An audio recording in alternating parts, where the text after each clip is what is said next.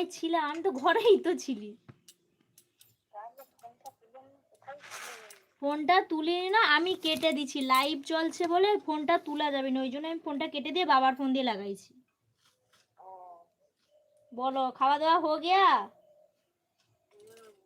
কি দিয়ে ভাত খেয়েছো? না না,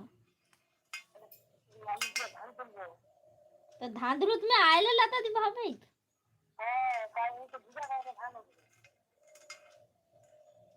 কে আমি দেবো? অত বড় বাইরে আমি কি করে দেবো? অত বড় বাইরে আমি কি করে দেবো?